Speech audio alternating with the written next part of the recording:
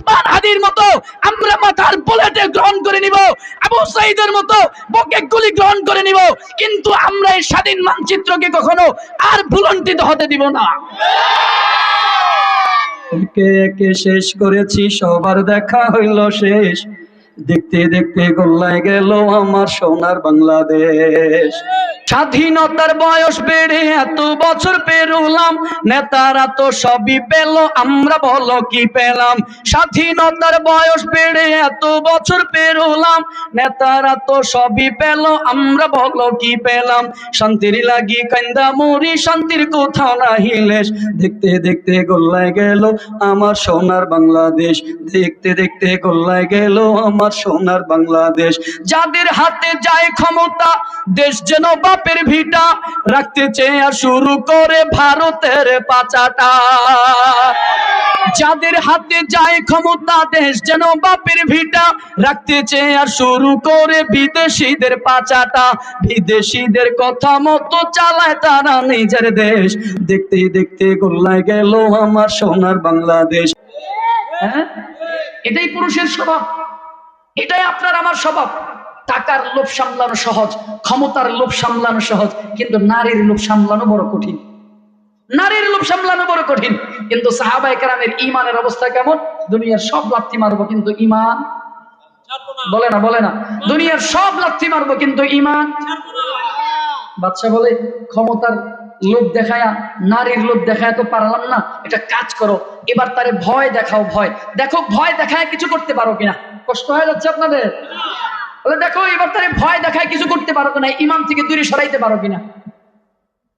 বাদশা Heraclius আব্দুল্লাহর ব্যাপারে প্রজ্ঞাপন জারি করে দিল, আদেশ করলো, যাও তাকে জেলখানার মধ্যে এবার বন্দি করো। বলা হলো, যাও জেলখানার মধ্যে নিয়ে হাজতের মধ্যে বন্দি করে দাও। ইমানদারদের ইমানি পরীক্ষা কেমন করে দেওয়া লাগে প্রস্তুতি গ্রহণ করেন। আপনার আমারও সেই ইমানের পরীক্ষা হয়তো দেওয়া লাগতে পারে, প্রস্তুতি গ্রহণ করেন।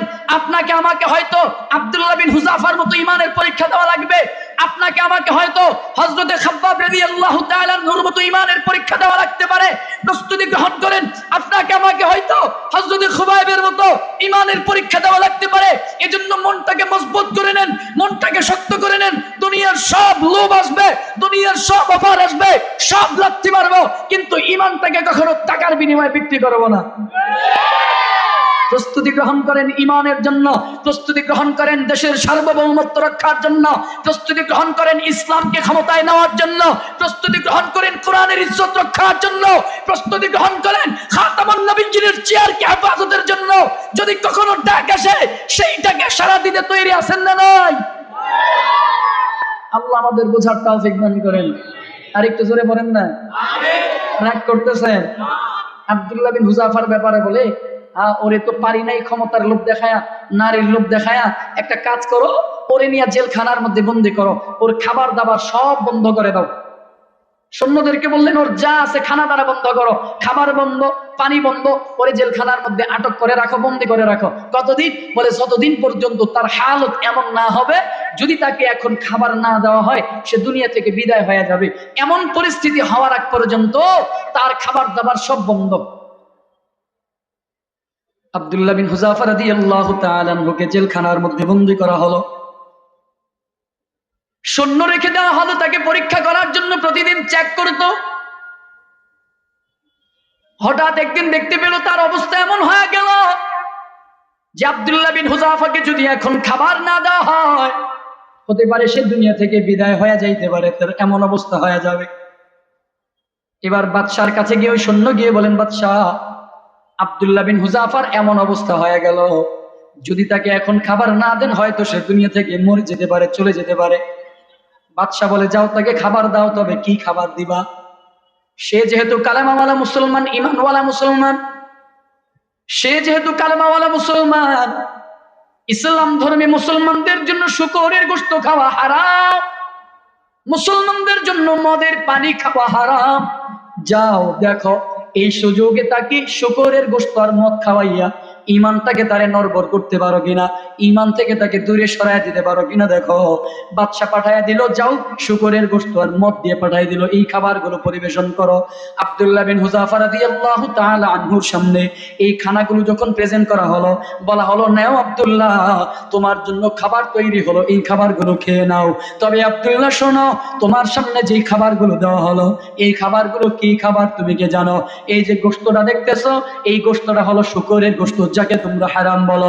যেই পানিটা তুমি দেখতেছো, এই পানিটা হলো মদের পানি, যেই পানিকে তোমরা হারাম বলে থাকো। নাও এই পানিটার গোশতটা খেয়ে নাও।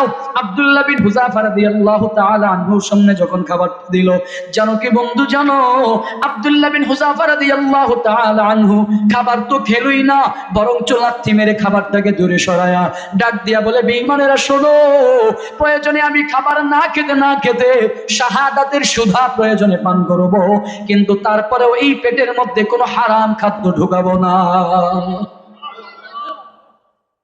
এই পরিস্থিতিতে যদি আপনি আমি পড়তাম, আপনার আমার জবান দিয়ে তখন অটোমেটিক ফতোয়া বের হয়ে যাইতো, জীবন বাঁচানো ফরজ। হ্যাঁ, আরে আওয়াজ দেয় না রে। এই পরিস্থিতিতে আপনি আমি পড়লে অটোমেটিক জবান দিয়ে ফতোয়া আসতো, জীবন বাঁচানো ফরজ, অল্প খাইলে কিছু হবে না, খা। হ্যাঁ, এই ফতোয়া অটোমেটিক চলে আসতো, জীবন বাঁচানো ফরজ, অল্প খেলে কিছু হবে না, অল্প খাও। কিন্তু সাহাবায়ে কেরামের ঈমান কেমন, কুওয়াতে ঈমান, বললেন প্রয়োজনে শাহাদাতের সুধা পান করব, কিন্তু এই হারাম খাদ্য পেটের মধ্যে ঢুকাবো না। আরে বাদ দেন এই পরিস্থিতি, বাদ দেন না আপনার আমার বর্তমান চিন্তা করে দেখেন না, আপনি আমি কোন হালতে আছি। ওই মৃত্যু সজ্জা তো অনেক দূরের কথা, বরঞ্চ আপনি আমি যেই পজিশনে আছি, যেই পরিস্থিতিতে আছি, এমনি তো পেটের মধ্যে হারাম গুলোকে আরাম মনে করে ঢুকাই। কথা কয় না? এমনি তো সুদটাকে হারাম মনে করি না, আরাম মনে করে সুদ পেটে ঢুকাই। এমনি তো ঘুষটাকে হারাম না মনে করে আরাম মনে করে এটাকে পেটের মধ্যে ঢুকাই। কি কথা ঠিক না বেঠিক? আরে আওয়াজ করে না, ঠিক না বেঠিক? দেশের প্রত্যেকটা সেক্টরে, দেশের প্রতিটা জায়গায় কোনো একটা সিগনেচারও যদি আনতে যান, একটা 500-1000 টাকার নোট না ঢাললে একটা সিগনেচার আসে না। হ্যাঁ, ভুল হলে বলে দিয়েন যে না ভুল বলছো। আর কোন কোন ক্ষেত্রে এটার অবস্থা তো এমন, 1000-2000 টাকার নোটে হয় না, বরঞ্চ বড় বড় ভান্ডিল টেবিলের নিচে ঢালতে হয়, টেবিলের উপরে ভান্ডিল ঢাললে তখন সিগনেচার আসে। আবার কোন কোন ক্ষেত্রে এমনও হয়, ভান্ডিলে কাজ হয় না, বরঞ্চ চেক লিখতে হয়, চেক ক্যাশিং করতে হয়, চেক লিখে প্রেজেন্ট করতে হয়, বলতে হয় আপনার জন্য হাদিয়া পাঠাইলে তখন ফাইলের মধ্যে সিগনেচার হয়। হারাম মনে করে খাই না আরাম মনে করে খাই? আরাম মনে করে খাই, পেটের মধ্যে আরাম মনে করে এই ঘুষ আমরা গ্রহণ করি, আরাম মনে করে পেটের মধ্যে সুদ গ্রহণ করি, আরাম মনে করে আমরা হারাম পেটের মধ্যে ঢুকাই। আল্লাহর কসম, আপনি যত বড়ই নামাজি হন না কেন, যত বড়ই রোজাদার হন না কেন, যত বড়ই আবেদিন হন না কেন, আপনার ইনকামের মধ্যে যদি 1 টাকা লাগবে না, 1 টাকা যদি 1 পয়সাও যদি হারাম ইনকাম থাকে, কসম খোদার, ওই নামাজ আরশে আজিম পর্যন্ত পৌঁছাবে না, ওই নামাজ প্রথম আসমানের নিচেই ঝুলে থাকবে।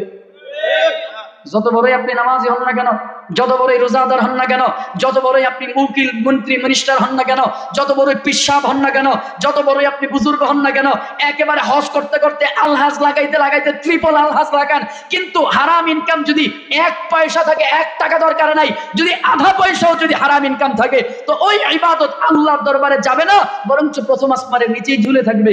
আবার কোন কোন ক্ষেত্রে সেটা আবার ঝুলে আপনার উপরই পড়ে যাবে। এজন্য সাবধান, এই জায়গাটা সাবধান, এই জায়গাটা বড় সাবধান। নবীজি সাল্লাল্লাহু আলাইহি ওয়াসাল্লাম বলেন, লা তাজুলু কদম ইবনে আদম ইয়াউমাল কিয়ামাতি মিন ইনদা রাব্বিহি হাত্তা ইউসআল আন খামসিন। নবীজি সাল্লাল্লাহু আলাইহি ওয়াসাল্লাম বলেন, কিয়ামতের ময়দানে প্রতিটা বনি আদমকে 5টা প্রশ্ন করা হবে। বলেন তো কয়টা? 5টা। জোরে বলেন না কয়টা? 5টা। প্রতিটা বনি আদমকে 5টা প্রশ্ন করা হবে। হাত্তা ইউসআল আন খামসিন, আর যতক্ষণ পর্যন্ত এই 5 প্রশ্নের জবাব না দিবে, ততক্ষণ পর্যন্ত তার পাকে চুল পরিমাণ নাড়াচাড়া করতে পারবে না। কি প্রশ্ন?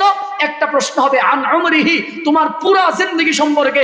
আরেকটা প্রশ্ন হবে আন শাবাবিহি, তোমার যৌবন সম্পর্কে। আরেকটা প্রশ্ন হবে কি বলে মাল সম্পর্কে, উপার্জন সম্পর্কে। কি? আইনা ইকতাসাবা ওয়া আন মালিহি আইনা ইকতাসাবা, তুমি তোমার সম্পদ কোন পথে উপার্জন করেছো, তুমি তোমার রিজিকটা কোন পথে উপার্জন করেছো।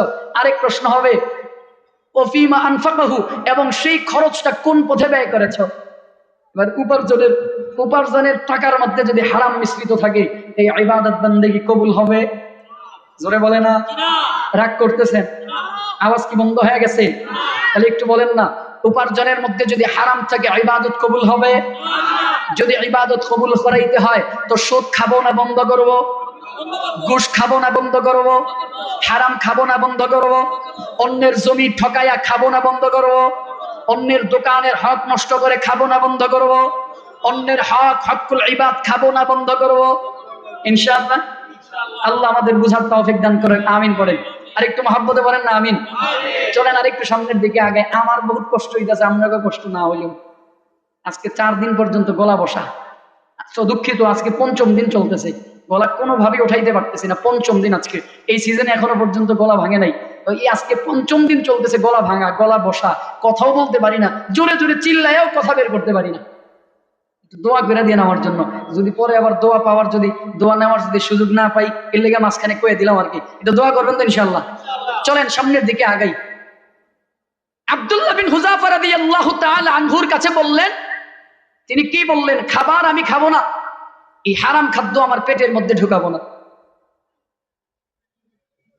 আব্দুল্লাহ বিন হুযাফা রাদিয়াল্লাহু তাআলা আনহুর জবাবের পরে তিনি বললেন, শুনো, প্রয়োজনে খাবার না খেতে শাহাদাতের সুধাবান করব, তারপরও কখনোই পেটের মধ্যে আমি হারাম ঢুকাবো না, হারাম প্রবেশ করবো না। এই জন্য এটাও বলা হয়ে থাকে, কারো ইমানের দাম হলো 10 টাকা, কারো ইমানের দাম হলো 100 টাকা, আবার কারো ইমানের দাম হলো 1000 টাকা, আবার কারো ইমানের দাম হলো লাখ টাকা, আবার কারো ইমান বিক্রি হয়ে যায় 10 লাখ টাকায়। আলহামদুলিল্লাহ, জমিনের মধ্যে এমনও আল্লাহর গোলাম আছে যাদের ইমান গোটা দুনিয়ার ক্ষমতা পায়ের মধ্যে আইনা ঢাইলা দিলেও সেই ইমানটাকে আর বিক্রি করে না। বলেন তো এমন মানুষ জমিনের মধ্যে আছে না নেই? ইমান বিক্রি হয়ে যায় 10 টাকায়, মাথা বিক্রি হয়ে যায় 1000 টাকায়। অপেক্ষা করেন, কিছুদিন পরে আসতেছে। হ্যাঁ, আরে বলে না, করা যায় না। অল্প কয়েকদিন অপেক্ষা করেন, আর 1000 টাকার বিনিময়ে মাথা বিক্রি হয়ে যাবে। এজন্য বলা হয়ে থাকে, কারো ইমানের দাম 10 টাকা, কারো ইমানের দাম 100 টাকা, কারো ইমানের দাম 1000 টাকা, আবার কারো ইমানের দাম লাখ টাকা। আলহামদুলিল্লাহ, এমন গোলাম আছে যাদের পায়ের সামনে 1000 কোটি আইনা ঢাইলা দিলেও ইমান বিক্রি করতে চায় না। এজন্য সাবধানতা অবলম্বন করবে, যেন একটা নোটের বিনিময়ে যেন আমার ইমান, আমার মগজটা বিক্রি না হয়ে যায়। আরেকটু বলবো নাকি? আবার রাগ করবেন না তো? হ্যাঁ, ইমান বিক্রি হয়ে যাবে আর কিছুদিন পরেই। 1000 টাকার একটা নোটের কাছে মাথা বিক্রি হয়ে যাবে, পরিবার বিক্রি হয়ে যাবে। সতর্ক থাকতে হবে। একটা সতর্ক বার্তা আপনাদেরকে জানায় দিতে চাই। আমি কোনো দলের কথা বলছি না, আল্লাহর কসম, আমি বিএনপির কথা বলি না, আওয়ামী লীগের কথা বলি না। এই কান ধরে আপনাদেরকে বলি, আল্লাহর কসম, আমি জামাতের কথাও বলি না, চরমনাইর কথাও বলি না, হেফাজতের কথা, খেলাফতের কথা, কোন সংগঠনের কথা বলি না। তবে একটা সতর্ক আপনাদেরকে বলতে চাই, সামনেই কিছুদিন পরে একটা সময় আসতেছে, যেই সময়টা আপনি আমি নির্বাচনের জন্য ভোট দিতে যাব। বুঝে শুনে ভোট দিবেন। কেন? বলে আপনার ভোটে নির্বাচিত হওয়ার পরে যদি কোনো নেতা নির্বাচিত হয়, তো ওই নেতা যদি একটা অপরাধ করে, ওই অপরাধের সাজা, ওই অপরাধের ভাগ আপনার আমলনামাতেও আসবে। হ্যাঁ, এবার আমি বলছি না কোনো দলের কথা। কেউ গ্যারান্টি দিতে পারবেন যে জামাতের লোকেরা নির্বাচিত হলে দুর্নীতি করবে না? কেউ বলতে পারবেন? জোরে বলে না। চরমনায়ের লোক নির্বাচিত হলে দুর্নীতি করবে না? কেউ গ্যারান্টি দিতে পারবেন? খেলাফতের লোক নির্বাচিত হলে দুর্নীতি করবে না? গ্যারান্টি দিতে পারবেন? জোরে কর না, দুর্নীতি করবে না, কোনো গ্যারান্টি আছে? তো আমার নিজের খাইয়া নিজের পয়রা, আমার কামাইয়ের টাকা আমি খাইলাম, আমার কামাইয়ের টাকা দিয়ে আমি পড়লাম, তো আমার টাকা দিয়ে কেন আমি গুনাহকে ক্রয় করব? প্রশ্ন বুঝেন নাই? আমি আমার ইনকামের টাকা দিয়ে ভাত খাই, আমার ইনকামের টাকা দিয়ে আমি পোশাক পরি, তো 2 দিন পরে যে সময় আসতেছে, তো আমি কেন আমার খাইয়া আমার পয়রা আমার টাকায় কেন আমি গুনার বোঝা মাথায় নিব? আমি ভোট দিয়ে নেতা নির্বাচিত করলাম, নেতা যদি একটা অন্যায় করে, সেই অন্যায়ের গুনাহ আমার কাছে আসবে। যদি 2টা অপরাধ করে, ওই 2টার অর্ধেক আমার কাছে আসবে। যদি 3টা করে, 3টার অপরাধ আমার কাছে আসবে। তো আমরা কি বোকার স্বর্গে বসবাস করছি নাকি? বোকা হয়ে গেলাম নাকি? নিজের খাইয়া নিজের পয়রা কেন নিজের আমল নামার মধ্যে গুনাহ ভারী করব? কেউ গ্যারান্টি দিতে পারবেন হুজুর হইলেই যে দুর্নীতি করবে না? গ্যারান্টি দিতে পারবো? চরমনাই হলেই দুর্নীতি করবে না বলতে পারবো? খেলাফত হলেই দুর্নীতি করবে না বলতে পারবেন? জামাত হলেই দুর্নীতি করবে না বলতে পারবেন? বিএনপির ভাই হলেই দুর্নীতি করবে না বলতে পারবেন? আওয়ামী লীগ হলেই দুর্নীতি করবে না, তার প্রমাণ তো আমরা দেখেই গেছি আগে। হ্যাঁ, 17 বছরের ইতিহাস তো আমরা দেখলাম। ওরে মাশাআল্লাহ, 5ই আগস্টের পরে এক একজনের আমল নামা শরীফ দেখলে আহারে বাবারে, এক একজনের আমল নামা 1 টিয়া 2 টিয়া না, 1000 থেকে কোটি টাকা পর্যন্ত, 100 কোটি 200 কোটি 1000 কোটি পর্যন্ত আমল নামায় রিডিং পাওয়া গেছে। হ্যাঁ, তাহলে এই দুর্নীতি থেকে বাঁচতে হবে, নিজের আমলকে হেফাজত করতে হবে। নিজের আমল নামাকে হেফাজত করবো কেমনে? এবার আপনাকে সিদ্ধান্ত আপনারা নিয়েন, আমি আর কিছু বলতাম না। আপনাকে বুঝ, আপনারা যা মনে চায় তা করবেন। রাজি আছেন ইনশাআল্লাহ? আল্লাহ বুঝার তৌফিক দান করুন।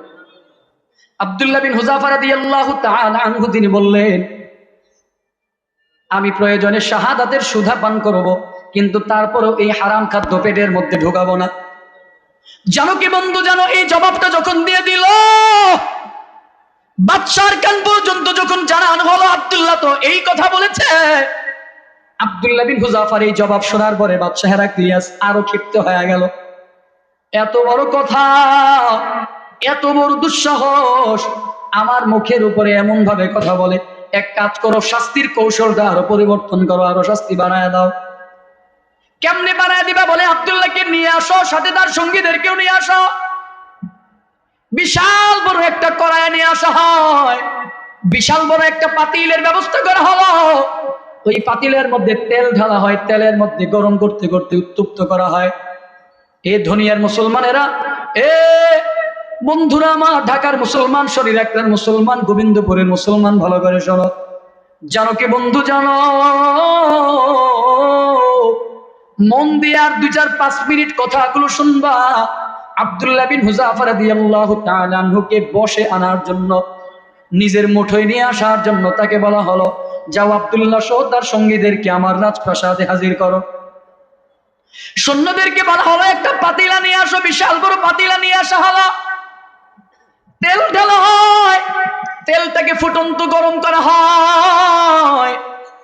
তেল এমন ফুটন্ত গরম হলো, তেলের মধ্যে এখনো যদি কাউকে রাখা হয়, ওই মানুষটার সাথে সাথে দুনিয়া থেকে বিদায় হয়ে যাবে। বাদশা আব্দুল্লাহ বিন হুযাফাকে বলে, আব্দুল্লাহ, তুমি এখনই মুহাম্মাদের ধর্মকে ত্যাগ করো, ইসলাম ধর্মটাকে ত্যাগ করো। যদি তুমি ত্যাগ না করো তো তোমাকে এই যে ফুটন্ত তেলের মধ্যে তোমাকে ছেড়ে দেওয়া হবে, দুনিয়া থেকে বিদায় করে দিব। আব্দুল্লাহ বলেন, না না, যেই কালেমার রশি একবার গলার মধ্যে লাগাইলাম, আমার জীবনটাও চলে গেলে সেই কালেমার রশি কোনোদিন ছাড়তে পারবো না। এই জবাবটা পাওয়ার পরে হেরাক্লিয়াস বলে, এক কাজ করো, সৈন্যদেরকে বললেন, আব্দুল্লাহকে একটু পরে দাও। আব্দুল্লাহর সামনে, চোখের সামনে 2টা সৈন্যদেরকে নিয়ে, মুসলমান সৈন্যকে নিয়ে তেলের সামনে ছেড়ে দাও। আব্দুল্লাহ বিন হুযাফা রাদিয়াল্লাহু তাআলা আনহুর চোখের সামনে 2 জন সৈন্যকে নিয়ে কোরিয়ার মধ্যে গরম তেলের মধ্যে নিয়ে ছেড়ে দেওয়া হয়। জানো কি বন্ধু, জানো, ফুটন্ত তেলের মধ্যে ছাড়তে দেরি হয়, সাথে সাথে তাদের হাড় থেকে গোশতগুলো আলাদা দেরি হয় না। হাড় থেকে, হাড্ডি থেকে গোশতগুলো আলাদা হয়ে গেল। চোখের সামনে মুহূর্তের মধ্যে গোটা শরীরের হাড্ডিগুলো, কঙ্কালগুলো তেলের মধ্যে ভেসে ওঠে। আব্দুল্লাহ বিন হুযাফা রাদিয়াল্লাহু তাআলা আনহু তারপরেও ঈমান ছাড়ে না। হেরাক্লিয়াস ডাক দিয়ে বলে, আব্দুল্লাহ, ঈমান ছেড়ে দাও, না হয় তোমাকেও ছেড়ে দেওয়া হবে, তোমাকেও তেলের মধ্যে ছাড়া হবে। আব্দুল্লাহ বিন হুযাফা বলে, না না, কখনো সম্ভব না, ঈমান ছাড়তে পারবো না। সৈন্যদেরকে বলা হলো, আব্দুল্লাহকেও নিয়ে ছেড়ে দেওয়ার ব্যবস্থা করো। আব্দুল্লাহ বিন হুযাফা রাদিয়াল্লাহু তাআলা আনহুকে যখন সামনে নেওয়া হয়, সামনে নেওয়ার পরে আব্দুল্লাহ বিন হুযাফা রাদিয়াল্লাহু তাআলা আনহু তিনি চোখের পানি ছেড়ে দিয়ে কান্না করতে শুরু করে দিলেন, কান্না করে। বাদশা চোখের পানি দেখে মনে করলো আব্দুল্লাহর দিলের মধ্যে মনে হয় মৃত্যুর ভয় ঢুকেছে। আব্দুল্লাহর দিলের মধ্যে মনে হয় মৃত্যুর ভয় ঢুকলো, মনে হয় সে কালেমা ছেড়ে দিবে, মৃত্যু থেকে বাঁচতে চায়। জিজ্ঞাসা করা হলো, আব্দুল্লাহ, তুমি কি মৃত্যুর হাত থেকে তুমি কি বাঁচতে চাও? তুমি কি কালেমা শেষ করে, কালেমা থেকে বিদায় নিয়ে তুমি কি খ্রিস্টান ধর্মে আসতে চাও? আব্দুল্লাহ বলেন, না রে বাদশা, না, আমি কালেমা ছাড়তে চাই না, আমি দিন থেকে দূরেও সরতে চাই না। তো আব্দুল্লাহ, কেন তুমি চোখের পানি ছেড়ে কাঁদো? আব্দুল্লাহ বিন হুযাফা রাদিয়াল্লাহু তাআলা আনহু বলেন, আমি এই জন্য কাঁদি, আহারে আমার চোখের সামনে আমার দুইটা ভাই চোখের সামনে মুহূর্তের মধ্যে দুনিয়া থেকে বিদায় হয়ে মাওলা পাকের জান্নাত পর্যন্ত চলে গেল। আমি এখনো দুনিয়াতে জিন্দা, এখনো দুনিয়ার মধ্যে আমি জীবিত আছি, এখনো পর্যন্ত আমি আল্লাহর জান্নাতের দিদার লাভ করতে পারলাম না, এজন্য কাঁদি। আব্দুল্লাহ আরো বলেন, শোনো, আমি তো আল্লাহর কাছে চেয়েছিলাম, আল্লাহ আমার শরীরের মধ্যে যত পশম আছে, আমার গায়ের মধ্যে যত পশম আছে, ওই পশম পরিমাণে হায়াত যদি আল্লাহ আমাকে দিত, সেই জীবনের বিনিময়ে প্রতিটা জীবন আমি আল্লাহর রাস্তায় কোরবানি করে দিতাম শাহাদাতের জন্য। আমি তো আল্লাহর কাছে তামান্না করেছিলাম, আল্লাহ আমার মৃত্যুটা এমন স্বাভাবিক মৃত্যু হবে না, আমার মৃত্যুটা হবে আমার গায়ের মধ্যে যত পশম আছে প্রতিটা পশমের মতো করে টুকরো টুকরো টুকরো টুকরো আমার দেহটা হয়ে যাবে, এইভাবে আমি দুনিয়া থেকে বিদায় হয়ে যাব। কিন্তু আমার মালিক এত সহজে আমাকে দুনিয়া থেকে নিয়ে যাবে, এই চিন্তা করে আমি চোখের পানি ছেড়ে ছেড়ে কাঁদি। বাদশাহ হেরাক্লিয়াস ডাক দিয়া বলে, আব্দুল্লাহ, বাদশাহ বলে, আব্দুল্লাহ আমি তোমার কাছে সিলিন্ডার। আল্লাহু আকবার, আরেকটু জোরে বলেন না আল্লাহু আকবার। বাদশা বলে, আমি তোমার কাছে সিলিন্ডার হয়ে গেলাম, সিলিন্ডার করলাম। হ্যাঁ হ্যাঁ, আমি মেনে নিলাম, কোন ইমানদার মুসলমানেরা কখনো তাদের ইমানটাকে বিক্রি করে না, টাকার বিনিময়ে বিক্রি করে না, নারীর বিনিময়ে বিক্রি করে না, ক্ষমতার লোভে বিক্রি করে না। ইমানদারেরা কখনো মৃত্যুকে পরোয়া করে না। আমি মেনে নিলাম, তোমাকে আমি ছেড়ে দিব। ও আব্দুল্লাহ, আমারও তো একটা ইজ্জত আছে, আমারও তো একটা সম্মান আছে, আমি তোমাকে ছেড়ে দিব, তবে আমার একটা শর্ত আছে, আমার ইজ্জতের সওয়াল, আমার ইজ্জতের প্রশ্ন এটা, আমার ইজ্জতের কারণে ছোট্ট একটা কাজ তোমাকে করতে হবে। যদি এই ছোট কাজটা তুমি করতে পারো তো আমি তোমাকে মুক্তি দিয়ে দেব। সেই কাজটা হলো, আমার খাতিরে, আমার সম্মানে, আমার ইজ্জতের খাতিরে আমার কপালের মধ্যে একটা চুমু দিবা। যদি একটা চুমু দাও তো আমি তোমাকে মুক্তি দিয়ে দেব। কিছু সময় চুপ থাকার পরে আব্দুল্লাহ বিন হুযাফা রাদিয়াল্লাহু তাআলা আনহু বলেন, ও হেরাক্লিয়াস, তোমার কপালে আমি চুমু দিতে পারি, তবে পাল্টা আমারও একটা শর্ত আছে। কি শর্ত বলো? আব্দুল্লাহ বিন হুযাফা বলে, শোনো, তোমার কপালে আমি চুমু দিতে পারি, শর্ত হলো আমি একাকে মুক্তি দিলে হবে না, আমার সাথে যত ইমানদারেরা আছে, মুসলমান যত সৈন্যরা আছে, সব সৈন্যদেরকে যদি তুমি মুক্তি দাও তবে তার বিনিময়ে তোমার কপালে একটা চুম্বন কেটে দিতে পারি। বাদশাহ রাজি হয়ে গেল। আব্দুল্লাহ বিন হুযাফা রাদিয়াল্লাহু তাআলা আনহু বাদশার কপালে একটা চুমু দিয়ে দিলেন, আর ওই এক চুমুর বিনিময়ে গোটা সৈন্যদেরকে নিয়া, বন্দী সৈন্যদেরকে নিয়া আব্দুল্লাহ বিন হুযাফা রাদিয়াল্লাহু তাআলা আনহু মদিনার মধ্যে চলে গেলেন। এই ঘটনা শুনতেছেন, আর দ্বিতীয় খলিফা, মুসলমানদের দ্বিতীয় খলিফা ফারুক আযম রাদিয়াল্লাহু তাআলা আনহু ঝরঝর করে চোখের পানি ছেড়ে ছেড়ে কাঁদেন। এই ঘটনা শোনেন আর তিনি ঝরঝর করে চোখের পানি ছেড়ে ছেড়ে কাঁদেন। জানো কি বন্ধু, জানো, ফারুক আযম রাদিয়াল্লাহু তাআলা আনহু বলেন, আমি তো চাই আমার আব্দুল্লাহর খাতিরে, আমার মনে চায় মদিনার যত পুরুষ মুসলমানেরা আছে, আব্দুল্লাহর ইজ্জতে, আব্দুল্লাহর খাতিরে, আব্দুল্লাহর সম্মানে সবাই তার কপালের মধ্যে একটা করে সম্মানের চুমু এঁকে দেখ। আর সেই সর্বপ্রথম চুমুটা আমি খলিফাতুল মুসলিমিন ফারুক আযম তার কপালের মধ্যে দিয়ে দিলাম।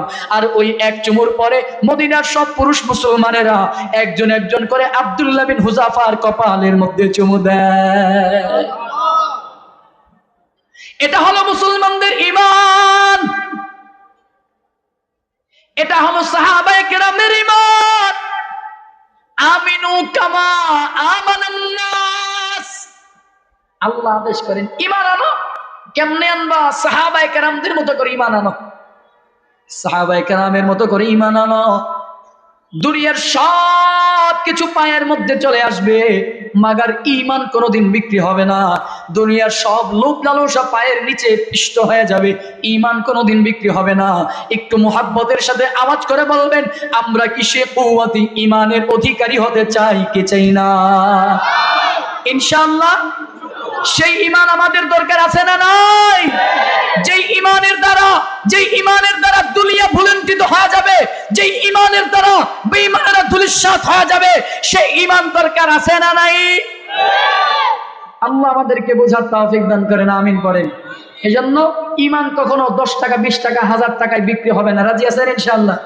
রাজি আছেন ইনশাআল্লাহ? ইমান কখনো টাকার বিনিময়ে, মস্তিষ্ক কখনো বিক্রি হবে? টাকার বিনিময়ে, টাকার ভান্ডেলের কাছে ইমান কখনো আমরা হারায় দিব? ইনশাআল্লাহ। আল্লাহ আমাদের তৌফিক দান করুক, পড়েন আমিন। লা তাকুমুস সাআতা হাত্তা ইউকালা ফিল আরদি আল্লাহ আল্লাহ। বলে ইমান যদি থাকে, ইমানের দাম কত, ইমানের পাওয়ার কত? বলে জমিনের মধ্যে কোনো কিয়ামত সংঘটিত হবে না। বলে কতক্ষণ পর্যন্ত? যতক্ষণ পর্যন্ত জমিনের মধ্যে একজন আল্লাহর গোলাম থাকবে যারা আওয়াজ করে বলবে আল্লাহ আল্লাহ। জানো কি বন্ধু, জানো ইমাম ফখরুদ্দিন রাজি রাহমাতুল্লাহি তাআলা তিনি বর্ণনা করেন, আল্লাহ পাক রব্বুল ইজ্জত জালাল আল্লাহ তাআলা যখন বিচারের কার্যক্রম শুরু করে দিবেন, আর 5 মিনিট আপনাদের কাছে চেয়ে নিলাম, 5টা মিনিট একটু ধৈর্য সহকারে বসবেন। জানো কি বন্ধু, জানো ইমাম ফখরুদ্দিন রাজি রাহমাতুল্লাহি তাআলা তিনি বলেন, আল্লাহ পাক রব্বুল ইজ্জত জালাল যখন কিয়ামতের ময়দানে যখন বান্দার বিচারের কার্যক্রম যখন শুরু করে দিবে, আল্লাহ তাআলা 3 জন ব্যক্তিকে সামনে রেখে তারপরে বিচার করবেন। একটু জোরে বলবেন, কয়জন? দুনিয়ার সব কিছু শেষ হয়ে যাবে, একজন ইমানদার দেখা যাবে নামাজের ইমান নিয়ে, নামাজের আমল নিয়ে কবরে যাবে, রোজার আমল নিয়ে কবরে যাবে, যাকাতের আমল নিয়ে কবরে যাবে, সাদাকার আমল নিয়ে কবরে যাবে, বিভিন্ন জিকিরের আমল নিয়ে কবরে যাবে, বহু আমল বন্দেগী নিয়ে কবরের মধ্যে যাবে। আর 4 থেকে 5 মিনিট সময় দিবেন। বলে হ্যাঁ, আল্লাহর পয়গম্বর বলে বান্দা বহু ইমান নিয়ে, বহু আমল নিয়ে কবরের ময়দানে যাবে, হাসরের ময়দানে উঠবে। কিন্তু দেখা যাবে ওই বান্দার আমলগুলো কোনো না কোনো অপরাধের কারণে তার আমলগুলো দিয়ে দেওয়া হবে। জানো কি বন্ধু, জানো নামাজের আমলগুলো কোনো একটা অপরাধের কারণে কাটা হয়ে যাবে, রোজার আমলগুলো কোনো না কোনো একটা অপরাধের কারণে কর্তন করা হবে, কেটে দেওয়া হবে, যাকাতের আমলগুলো কোনো না কোনো একটা অপরাধের কারণে কর্তন করে দেওয়া হবে, মানে কোনো না কোনো একটা গুনাহের কারণে তাকে মাফ করে দেওয়া হবে। এভাবে করতে করতে, ওই অপরাধের প্রায়শ্চিত্ত করতে করতে দেখা যাবে আপনার আমার আমল নামার মধ্যে কোনো আমল পাওয়া যাবে না, আপনার আমার আমল নামার মধ্যে কোনো আমল পাওয়া যাবে না, নেক আমল পাওয়া যাবে না। হা হা, ওই দিন যদি অন্তত ঈমানটা থাকে, ঈমানটা থাকে, ওই ঈমানটা কোনো গুনাহের কারণে আল্লাহ তাআলা ছিনায় নেবে না। এজন্য ঈমানটা বড় দামি একটা সম্পদ, ঈমান বড় দামি একটা ব্যাপার। মান ক্বালা লা ইলাহা ইল্লাল্লাহ দাখালাল জান্নাহ। পয়গম্বর বলেন, যেই মানুষটা পড়লো লা ইলাহা ইল্লাল্লাহ, মানে কেউ যদি ঈমান আনয়ন করে, এই মানুষটা একদিন না একদিন জান্নাতের মধ্যে ঢুকবে ঢুকবে। এজন্য বন্ধুরা আমার, আল্লাহর পয়গম্বর, ও বন্ধুরা, পয়গম্বরের জবানের একটা হাদিসের ব্যাখ্যায় ইমাম ফখরুদ্দিন রাজি রাহমাতুল্লাহি তাআলা তিনি বলেন, আল্লাহ তাআলা কিয়ামতের ময়দানে 3 জন মানুষকে সামনে রেখে তারপরে বিচার করবেন। আপনার আমার বিচার আল্লাহ তাআলা 3 জন মানুষকে সামনে নিয়ে করবেন। আল্লাহ তাআলা 1 নম্বরে রাখবেন হযরতে আল্লাহর পয়গম্বর হযরতে ইউসুফ আলাইহিস সালাতু ওয়াস সালামকে সামনে নিয়ে বিচার করবেন। আরেকজন রাখবেন হযরতে আইয়ুব আলাইহিস সালাতু ওয়াস সালাম, আরেকজন রাখবেন হযরতে সুলাইমান আলাইহিস সালাতু ওয়াস সালামকে। এই 3 জনের সামনে আল্লাহ তাআলা একজন ব্যক্তিকে ডাক দিবেন। বলে কোন ব্যক্তিটা? যেই ব্যক্তিটা গোলামের কারণে সে ইবাদত বন্দেগী করতে পারে নাই, চাকরি বাকরি করার কারণে ইবাদত বন্দেগী করতে পারে নাই, ওই চাকরি বাকরি করার কারণে যারা ইবাদত করে নাই, ওই বান্দাকে ডাক দিয়ে বলবে, রে গোলাম, দুনিয়াতে তুমি আমার ইবাদত বন্দেগী কেন করলা না, কেন করলা না? ওই চাকর বাকর যারা চাকরি বাকরি করেছে ওরা বলবেন, আল্লাহ, দুনিয়াতে আমি গোলাম ছিলাম, আমি অমুকের চাকরি করতাম, আমি অমুক কোম্পানিতে জব করতাম, অনেক ব্যাংকে আমি চাকরি করতাম, অমুক কোম্পানিতে আমি চাকর ছিলাম, খাটতাম। ওই চাকরির কারণে নামাজের সময় তোমার নামাজ পড়ার সময়টা পাই নাই, নামাজের সময় নামাজ পড়তে পারি নাই, রোজার সময় রোজা রাখতে পারি নাই। ওই চাকরিতে, কোম্পানিতে চাকরি করার কারণে গালের মধ্যে রাসূলের আদর্শ দাড়িটা গালের মধ্যে রাখতে পারলাম না। আল্লাহ তাআলা ডাক দিয়ে বলবে, রে গোলাম, মিথ্যা বলেছো, মিথ্যা বলেছো, চাকরির কারণে পারো নাই না, বরঞ্চ তাকাইয়া দেখো তুমি কেমন গোলাম ছিলা, কেমন চাকরিজীবী ছিলা। তাকাইয়া দেখো আমার ইউসুফ তো তোমার চাইতে আরো বড় গোলাম ছিল, আমার ইউসুফ তো আরো বড় চাকর ছিল, আমার ইউসুফ তো আরো বড় চাকরিজীবী ছিল, আরো গোলামি করতো। আমার ইউসুফ তো এত গোলামির পরেও কখনো আমি আল্লাহর দাসত্ব, আল্লাহর গোলামিকে কখনো ভুলে নাই। এত কষ্টের পরেও, এত চাকরির পরেও, এত জুলুমের পরেও আমার ইউসুফ কখনো আমার ইবাদত বন্দেগী থেকে দূরে সরে যায় নাই। তার মানে বান্দা তুমি মিথ্যা বলেছো, মিথ্যা বলেছো, যাও যাও। আল্লাহ তাআলা তখন আযাবের ফেরেশতাকে বলবেন আমার এই নাফরমানকে জাহান্নামের মধ্যে টেইনা টেইনা নিয়ে ফেলাও। জানো কি বন্ধু, জানো আল্লাহ তাআলা আরেকজন বান্দাকে ডাক দিবেন, বলে ওই বান্দাটা কি করতো? বলে অসুস্থতার কারণে ইবাদত বন্দেগী করতে পারে নাই, একটু সমস্যার কারণে ইবাদত বন্দেগী করে নাই। আল্লাহ তাআলা বলবেন গোলাম, কেন তুমি আমার ইবাদত বন্দেগী করতে পারলা না? কেন আমি আল্লাহর জিকির করতে পারলা না? কেন আমি আল্লাহর নামাজ পড়তে পারলা না? আমি মালিকের হুকুম আহকাম গুলো কেন আদায় করলা না? ওই বান্দা বলবেন আল্লাহ, আমি তো মহারোগে আক্রান্ত ছিলাম, আমি ক্যান্সারে আক্রান্ত ছিলাম, আমি ডায়াবেটিসে আক্রান্ত ছিলাম, আমি অসুস্থ ছিলাম, আমি জ্বরে আক্রান্ত ছিলাম। এই জ্বরের কারণে, অসুস্থতার কারণে আমি ইবাদত বন্দেগী করতে পারি নাই। আল্লাহ বলবেন গোলাম তুমি মিথ্যা বলেছো, মিথ্যা বলেছো। তাকাইয়া দেখো আমার আইয়ুবের দেহে, আমার আইয়ুব তো তোমার মতো এত অসুস্থ ছিল না, বরঞ্চ তোমার চাইতে আরো কঠিন থেকে কঠিন অসুস্থ ছিল। বলে অসুস্থতা কেমন পর্যায়ে ছিল? আমার আইয়ুব দাঁড়ায় থাকতে পারে নাই, বসে পড়লো, বসেও আমার ইবাদত করতে পারে নাই, শুয়ে পড়া লাগলো, শুয়েও আমার আইয়ুব ইবাদত করতে পারে না। অন্তত জবানটা চলতেছে, ওই জবানটাকে বন্ধ রাখে নাই, বরঞ্চ জবান দিয়ে আমি আল্লাহকে ডাকতো, আমি মাওলার ইবাদত করতো। তুমি তো আমার আইয়ুবের মতো এত অসুস্থ ছিল না, আমার আইয়ুবের মতো এত অসুস্থ তুমি ছিল না। যারে গোলাম যাও যাও, তুমি মিথ্যা বলেছ, মিথ্যার কারণে তুমি নামাজ পড়ো নাই, মিথ্যার অংশগ্রহণ করার কারণে রোজা রাখো নাই, আমার ইবাদত বন্দেগী তুমি এই জন্য করো নাই, মিথ্যার আশ্রয় গ্রহণ করেছ, আমার কাছে কোনো ছাড়া নাই। আল্লাহ তাআলা আযাবের ফেরেশতাদেরকে বলবেন এই নাফরমানকে জাহান্নামের আগুনের মধ্যে টেনে টেনে নিয়ে ফেলাও। আল্লাহ তাআলা আরেক বান্দাকে ডাক দিবেন, যেই বান্দাটা এলিট শ্রেণীর ছিল, উচ্চ শ্রেণীর ছিল, যেই বান্দাটা রাষ্ট্র পরিচালনার কাজে ব্যস্ত ছিল, যেই বান্দাটা এমপি মন্ত্রী ছিল, যেই বান্দা মেম্বার কমিশনার ছিল, যেই বান্দা চেয়ারম্যান ছিল, ওই বান্দাকে ডাক দিয়া বলবে রে গোলাম, কেন তুমি আমার ইবাদত করতে পারলা না? কেন তুমি আমার আমল করতে পারলা না? কেন তুমি ইবাদত বন্দেগী করতে পারলা না? ওই এলিট শ্রেণীর বাদশা বান্দা ডাক দিয়া বলবে, চাকরিজীবী বান্দা বলবে, রাষ্ট্র পরিচালনার কাজে যারা ব্যস্ত ছিল, ওই বান্দা বলবেন আল্লাহ, আমি তো রাষ্ট্রের কাজে নিয়োজিত ছিলাম, আমি তো ওয়ার্ডের কাজে নিয়োজিত ছিলাম, আমি তো পৌরসভার কাজে নিয়োজিত ছিলাম, আমি তো কমিশনার ছিলাম, আমি মেম্বার ছিলাম, আমি উকিল ছিলাম, আমি এমপি ছিলাম, মন্ত্রী ছিলাম। এই এমপি মন্ত্রী করতে করতে আমি বিচারপতি ছিলাম, আমি বড় রাষ্ট্রনায়ক ছিলাম, যার কারণে ইবাদত বন্দেগী করার সময় সুযোগ আমার হয় নাই। আল্লাহ বলবেন গোলাম মিথ্যা বলেছো, মিথ্যা বলেছো, তুমি আর কেমন ব্যস্ত ছিলা? আমার সুলাইমানের দিকে তাকাইয়া দেখো, আমার সুলাইমান তো তোমার চাইতে আরো বড় রাষ্ট্র পরিচালনাকারী ছিল। এত বড় রাষ্ট্র পরিচালনাকারী হওয়ার পরেও তারপরেও আমি আল্লাহর গোলামিকে বাদ দেয় নাই, আমি আল্লাহর রাজত্বকে বাদ দেয় নাই, আমি আল্লাহর ইবাদত বন্দেগীকে বাদ দেয় নাই। তার মানে গোলাম তুমি মিথ্যা বলেছ, মিথ্যা বলেছ। যারে গোলাম যাও যাও, এই মিথ্যার কারণে তোমার ঠিকানা আজকে জাহান্নামের মধ্যে হয়ে গেল। আল্লাহ তাআলা আযাবের ফেরেশতাদেরকে ডাক দিয়ে বলবেন, ফেরেশতারা আমার এই নাফরমানকে, আযাবের ফেরেশতারা আমার এই নাফরমানকে জাহান্নামের মধ্যে টেনে টেনে নিয়ে ফেলাও। একটু মোহাব্বতের সাথে আওয়াজ করে বলবেন, হায়াতের জিন্দেগিতে যেমন পরিস্থিতির মধ্যেই পড়ি না কেন, যেই হালতের মধ্যেই থাকি না কেন, যেই পরিস্থিতির মধ্যেই থাকি না কেন, একটু মোহাব্বতে বলবেন ইবাদত বন্দেগী করব কার?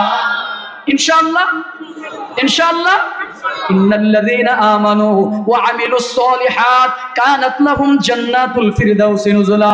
জান্নাতুল ফিরদাউসের মেহমান হতে চাই কি চাই না? ইনশাআল্লাহ জান্নাতুল ফেরদাউসের মেহমান যদি হতে হয়, আল্লাহ তাআলা এই আয়াতে দুইটা গুণের কথা বলে দিয়েছেন। এক নাম্বার গুণ হলো নিশ্চয়ই যারা ঈমান আনয়ন করবে, দুই নাম্বার গুণ হলো ওয়া আমিলুস সলিহাত যারা করবে। তার মানে আমরা, আমাদের সামনে যদি দুনিয়ার সব সমস্যাও আছে, এক নাম্বার প্রতিজ্ঞা হলো কখনো কোনোদিন ঈমান থেকে দূরে সরে যাব না। দুনিয়ার যত হামলা মামলা, যত ধরনের যত অত্যাচার যন্ত্রণা নির্যাতন আসুক না কেন, যতই হাওয়া পবন আর যতই আয়না ঘোর আসুক না কেন, কখনো ঈমান থেকে দূরে সরে যাব না। আমেরিকা ডেল্টা ফোর্সের যত আঘাত আক্রমণ আসুক না কেন, যত ধরনের যত অত্যাচার আসুক না কেন, একটু মহব্বতে বলেন আমরা ঈমান থেকে সরব কি সরব না? কখনো সরব। তাহলে 1 নম্বর প্রতিজ্ঞা, জীবনে কোনোদিন ঈমান থেকে দূরে সরে যাব না। 2 নম্বর ওয়া আমিলুস সলিহাত, জীবনে যেই হালতের মধ্যেই থাকি না কেন, জীবনে যেই পরিস্থিতির মধ্যেই থাকি না কেন, কখনো কোনোদিন আমলে সালেহ কখনো আমরা ছেড়ে দিব না। যেই পরিস্থিতির মধ্যেই থাকি সেই পরিস্থিতিতে আরেকবার বলবেন ইবাদত বন্দেগী করব কার? একটু হাত তুলেন তো, কারা কারা আল্লাহর জন্য জীবনের যেই কোনো হালতে, যেই কোনো পরিস্থিতিতে, যেই কোনো সময়ে, যখন যেইভাবে ডাক আসে সেইভাবে আল্লাহর জন্য ইবাদত করব রাজি আছেন ইনশাআল্লাহ?